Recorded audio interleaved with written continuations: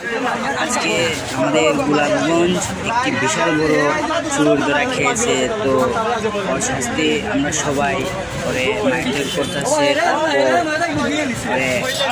বলা হচ্ছে যে তুমি কি চুরি করছো, বলতেছে যে আমি কিছু চুরি করি নাই।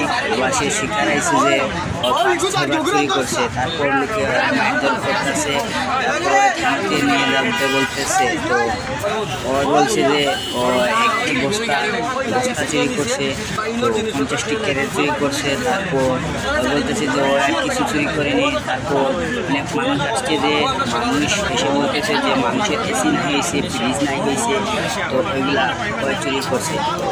পরে বলা হচ্ছে যে তুমি যেন চুরি করছো চুরি দাও। তাহলে মানুষ বলতেছে না আমি চুরি করি নাই, মানুষ বলতেছে তুই চুরি করছো। মানুষ প্রমাণ সহ দেখিয়ে দিচ্ছে যে চুরি করছে।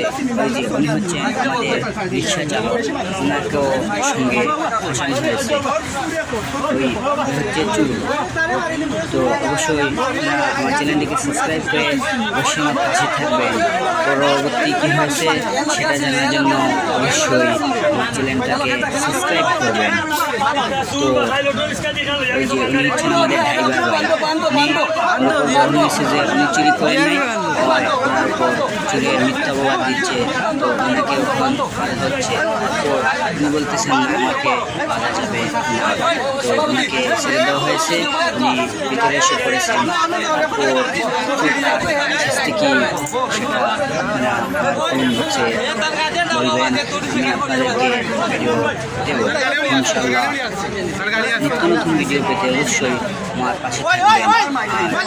যে চুরি করছে বিচার কী হোক সেটা আপনারা আমাকে জানিয়ে দেবেন। ধন্যবাদ। আজকের জন্য আমাদের লাইভটা সমাপ্ত করে ফেলছি। তো চুরি করছে আমাদের গোলাপগঞ্জ। তো গোলাপগঞ্জ একটি বিশাল বড় ভাঙ্গারির দোকান আছে। ওই ভাঙ্গারির দোকানটাতে ওই নিয়ে আসছে মালগুলা বিক্রি করার জন্য। তারপর ওইখানে ওই মালিককেও চলে এসে পড়েছে। তারপর তো ধরা খাইছে। তো আজকের জন্য আমার লাইভটা সমাপ্ত। ধন্যবাদ ভাই।